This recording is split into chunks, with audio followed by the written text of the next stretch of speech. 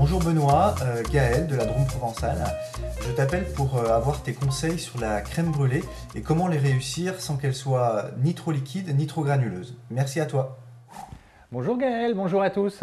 Pour réaliser correctement les crèmes brûlées sans grumeaux et avec une crème ni trop liquide ni trop ferme, il y a deux étapes importantes. La première étape, la réalisation de la crème. La deuxième étape, la cuisson. Donc on va commencer par la crème. Donc la première règle, on va mettre à chauffer le lait, la crème et le parfum. Alors là, on va parfumer notre crème brûlée à la vanille. Alors, je vais utiliser une gousse de vanille. Alors, quand vous parfumez des crèmes avec une vanille, ce qu'il faut, c'est couper votre vanille dans la longueur, de cette façon, pour récupérer les graines qu'il y a à l'intérieur. Et après, on va mettre ces graines et la gousse dans la casserole. Voilà, vous grattez, vous récupérez les petites graines de vanille.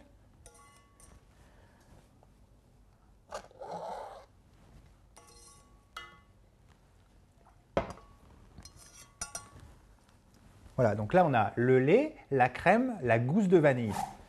Donc vous mettez à chauffer le lait, la crème et la gousse de vanille.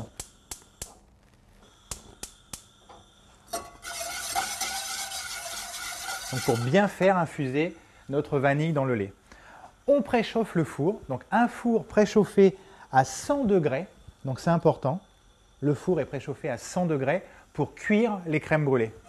Étape suivante, donc règle importante, on va blanchir les jaunes d'œufs avec le sucre.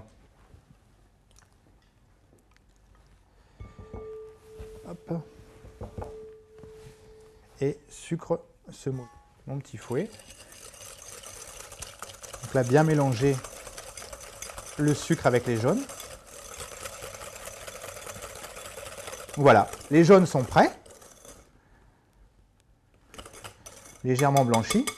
Le lait est encore chaud, je le mets directement dedans.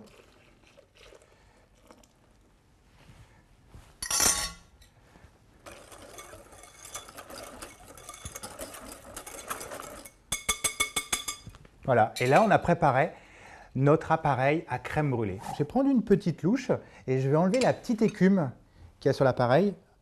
Voilà, ça nous permettra d'avoir une crème brûlée bien lisse et sur le dessus avec une belle couleur de vanille et de crème. Donc étape suivante, on va garnir les moules à crème brûlée que l'on remplit pratiquement jusqu'en haut. On va laisser un petit peu d'espace pour caraméliser nos crèmes brûlées tout à l'heure. Donc voilà, le four 100 degrés, donc en position chaleur tournante. Alors chez vous, si vous n'avez pas de chaleur tournante, ce que vous pouvez faire, c'est prendre un bain-marie, mettre vos crèmes brûlées à l'intérieur et cuire les crèmes brûlées dans un bain-marie. Et si vous faites les crèmes brûlées dans les petits verres, on peut aussi recouvrir les crèmes brûlées avec un papier film et le même style de cuisson. Surtout, ne dépassez pas 100 degrés. On va juste cuire très légèrement nos crèmes brûlées. Nos crèmes brûlées sont cuites et refroidies. On les a mis au réfrigérateur pendant environ 1 heure et demie pour qu'elles soient bien froides. Et maintenant, on va pouvoir les caraméliser. Alors pour les caraméliser, on a besoin de sucre cassonade et on a besoin d'un chalumeau. Et oui, je sais, on utilise même les chalumeaux dans la pâtisserie. Alors à défaut de chalumeau, vous pourrez utiliser le grill du four. Vous mettrez un peu de cassonade sous le grill en faisant bien attention et vous aurez un résultat pratiquement identique. Donc là, on va caraméliser nos crèmes. Donc une fine pellicule de sucre cassonade sur le dessus. Et là, délicatement, vous passez sur votre crème brûlée et le chalumeau pour caraméliser une première épaisseur. Et là, je vais remettre une fine pellicule de sucre cassonade sur le dessus.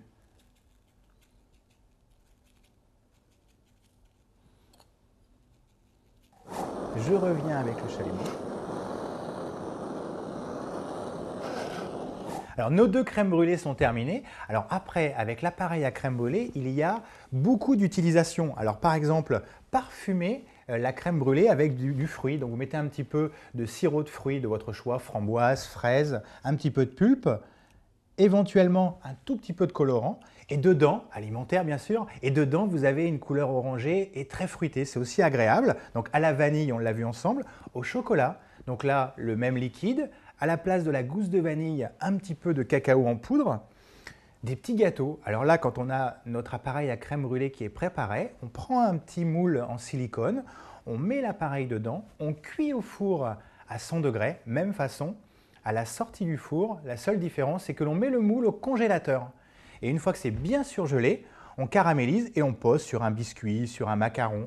Donc voilà une multitude d'utilisations avec la crème brûlée. Vous pourrez retrouver toutes les informations sur le site www.cuisine.tv.